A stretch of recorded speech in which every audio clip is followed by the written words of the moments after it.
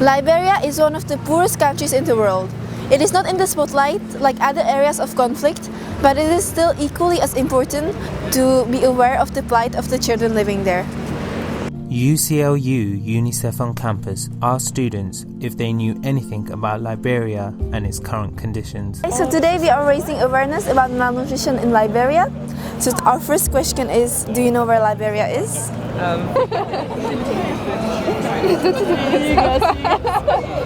don't know, I have no clue. Where Liberia is on this map? Not really. I think I know the general area, but I wouldn't be able to exactly pinpoint. Somewhere here? Yeah. Is it somewhere next to Greenland-ish? It's in West Africa. Liberia. Yes. I'll give it a try. Here? No. Where Liberia is? Where, sorry? Liberia? Do you know where Liberia is, first of all? I mean, I'm guessing it's somewhere over here. Just here.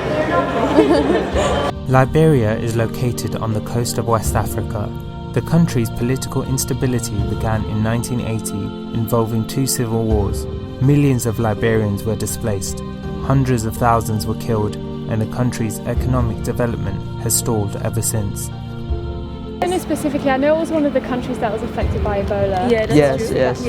Between 2014 and 2015, more than 10,600 people were infected by Ebola. 4,800 people have died. Survivors and bereaved families still face prejudice. Borders were closed to avoid the spread of the virus, causing a huge surge in food prices. Families struggle to afford food, eating fewer and less nutritious meals. When Jacob started getting sick, he started feeling weak. At the same time, his stomach was running. I wanted to bring him to the clinic, but myself, I was afraid. I realized that what people were saying, the rumors people were saying, that if you come to the clinic, they start spraying you die, this, that. Fear of contracting the virus and closure of healthcare facilities kept many from obtaining medical attention. It is not true, yeah. It is not true. I brought him, he tested, and he said, oh, he's a malnourished patient.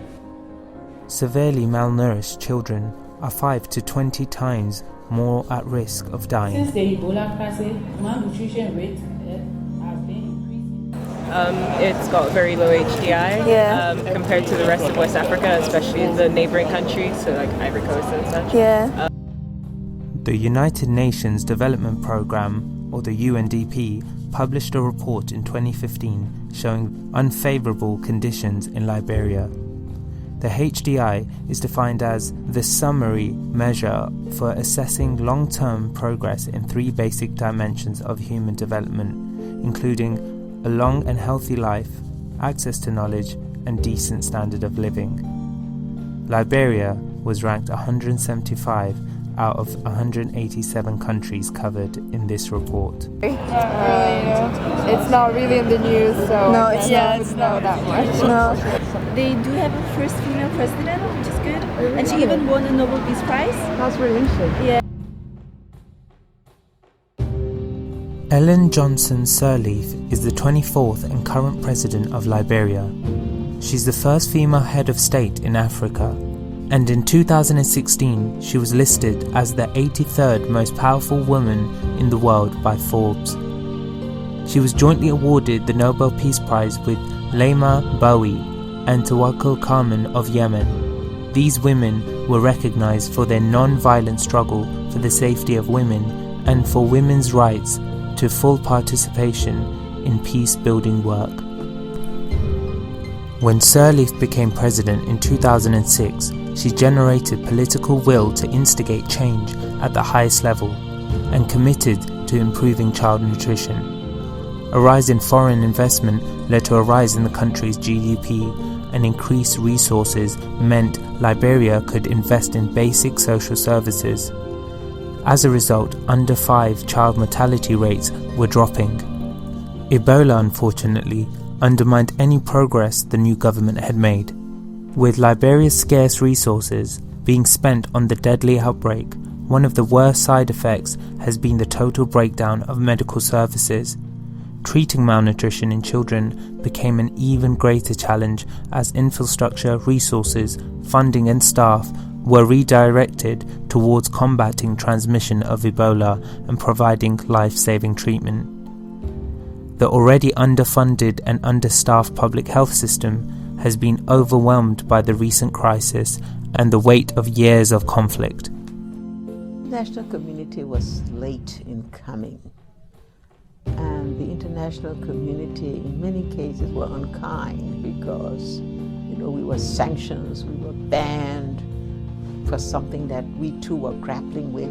Many Liberians, even those not in country, not even born in country, were subject to sanctions and denials. And then when they did come in, they came in very large measures, and really made up for the lateness. As students within one of the best universities in the world, we sometimes forget the privileges we have.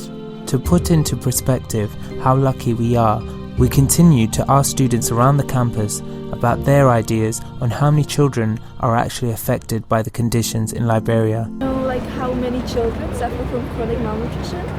What's the population? 4.2 million inhabitants. So I'll give you A, B, C, D. So A is 150,000. That's so much. B is 200,000. C is 230,000. And D is 270,000. I'm gonna go with A because still that's so many children. Oh, actually the answer is C, 230,000 children. So quite different than before. Okay. Still too many. Yeah, still a lot. Yeah, so a lot of children suffer from malnutrition, and it really affects their both their physical and cognitive development, because during the first 2 years of your life, if you don't get the right nutrients, then your brain doesn't grow as it should grow. It's quite shocking, and we are trying to raise awareness about this issue so that UNICEF can do as much as they can do to provide healthcare, but also food for these children, because there are a lot of them are stunted. They cannot grow properly because of the lack of food. And yeah. Children are most vulnerable to nutritional deficiencies, severely impacting on their physical and cognitive development. Plus the country. We before last when they came, the mirror was 10.5. And today the mirror is 11.0. Because of the peanut butter they give, the medicine that is in it. So when I give it to him, it's good for his body. So he is coming home fine. So I'm Plum very peanut happy. is given to severely malnourished children. The high protein, high energy, peanut-based paste typically comes in foil wrappers or small plastic tubs, which are practical for children who can easily eat them. Part of UNICEF's work is to educate mothers and families within these regions about the issues surrounding malnourishment. So what can you do? How can you contribute? How can you make a change? Just like Liberia, there are many places around the world that are suffering from malnourishment. More than 30% of children in developing countries live on less than £1 a day. Every 3.6 seconds, one person dies of starvation. Usually, it is a child under the age of 5. Donating £1 can save that life. for every child, a fair chance in life. We urge the nations of the world, the big and powerful nations of the world, to bring this long silence to an end. And that's where we come in. UCLU UNICEF on campus aims to build awareness and raise funds for places such as Liberia. Find us on Facebook, where we promote all the events that are going on. From bake sales to charity concerts, we aim to do events that help children in need. So remember, for every child, a fair chance in life.